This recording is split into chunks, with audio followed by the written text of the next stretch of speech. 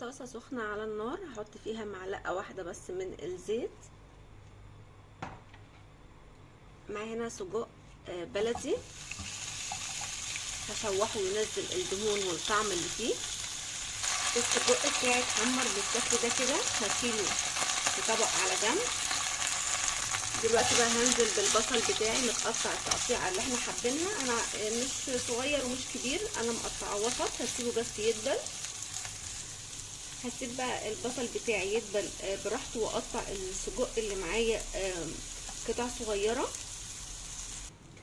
دلوقتي بقى بقطع السجق. انا ما قطعتش السجق من الاول ليه؟ لو قطعته من الاول هيتهري معايا. ومهم جدا نجيب السجق من جزار مضمون، او ممكن من هايبر ماركت يكون مضمون برضو.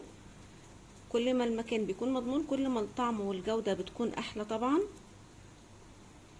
دلوقتي قطعت السجق بتاعي كله، هرجع احطه على البصلة تاني.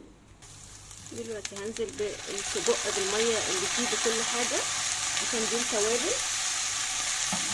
دلوقتي بقى واحدة طماطمايه صغيرة، شوية من الفلفل الالوان، وهسيب كل الحاجات دي تاخد من طعم بعض وتستوي كويس كده. الطاسة بتاعتنا بقت جاهزة معانا. بقى جاهز معانا احلى طاسة سجق ممكن تاكلوها في حياتكم، طعم رهيب. مش هنحط طبعا اي توابل لانها عليها كل حاجة بالملح بكل حاجة. اللي عايز بس يزود شوية ملح بسيطة ممكن، اللي مش عايز خلاص هي السجق عليه كل التوابل. يا رب وصفة النهارده تكون عجبتكم، واللي يعجبه الفيديو يا ريت يسيب لي رأيه في كومنت، والأول مرة يشوف قناتي يعمل اشتراك. سلام.